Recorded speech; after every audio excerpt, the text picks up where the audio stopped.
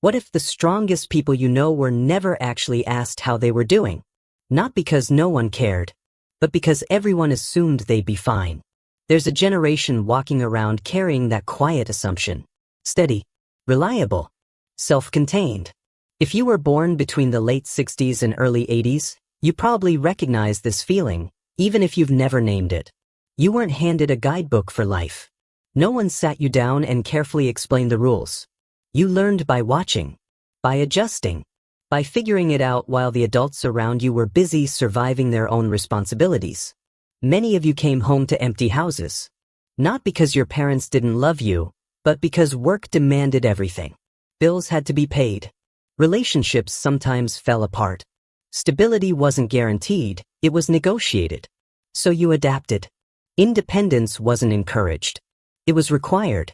And when independence arrives too early, something subtle forms inside you. A quiet belief: don't need too much. Don't ask for too much. Handle it yourself. Emotions? Deal with them privately. Psychologists might call it early self-reliance. But from the inside, it didn't feel like a strategy. It felt like reality. You learned the world wouldn't pause for your feelings, so you stopped expecting it to. That's why you're calm in a crisis. Not because you don't feel deeply, but because you've been regulating yourself since childhood. Before you had language for your emotions, you had responsibility.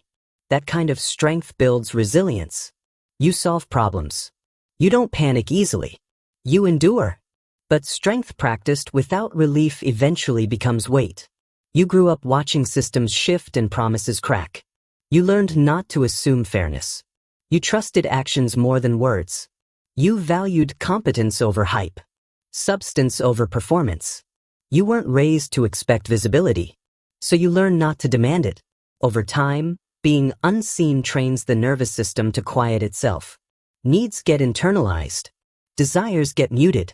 You endure more than most people realize, and rarely announce the cost. Now, somewhere in midlife, something subtle begins to shift. It's not dramatic. It's not a breakdown. It's a quiet pause. I did everything I was supposed to do. So why does something still feel unfinished? That question can feel destabilizing. For decades, your identity was built on function. What you provide, what you fix, who you show up for. You became the stabilizer, the bridge between generations. But bridges erode when they're never reinforced. Psychologically, midlife isn't a crisis. It's integration. A shift from proving to understanding. From achievement to meaning. Happiness is a feeling. Meaning is structure. It's the story that makes your experiences cohere. When meaning is postponed too long, life can feel efficient, but hollow. So the deeper questions surface. Who am I when I'm not being useful? What do I actually want? What did I set aside that still matters? For a generation raised on self-sufficiency, these questions can feel almost uncomfortable. You were trained to move forward, not inward. But the mind doesn't forget what gets postponed. It stores it. Unprocessed emotion shows up quietly. In tension. In fatigue. In restlessness that has no obvious cause. Not dramatic symptoms, just persistent ones. The body remembers what the mind minimized. And slowly, without announcing it, you begin to experiment with something new. You take walks without distraction. You revisit an old interest. You say no without over-explaining. You allow rest without guilt. These choices may seem small. They aren't. For someone conditioned to justify their existence through productivity, rest is radical. Here's the paradox. The independence that once muted your emotional expression now gives you the tools to reclaim it. You don't need permission to change. You just need space. And when space appears, emotion follows. Grief for sacrifices made out of necessity. Anger that never had room to be expressed. Tenderness that didn't have anywhere to land. This isn't weakness. It's integration. Modern psychology is clear. Emotions that aren't processed don't disappear. They get carried into posture, breath, muscle tension, quiet resentment. Endurance was necessary, but it was never meant to be permanent. You're beginning to realize that vulnerability doesn't cancel independence, it strengthens it. Asking for support doesn't erase competence, It humanizes it. Being seen doesn't require performance, it requires presence. For the first time, you may be allowing yourself to be unfinished. That's not failure. That's growth. You remember a slower world.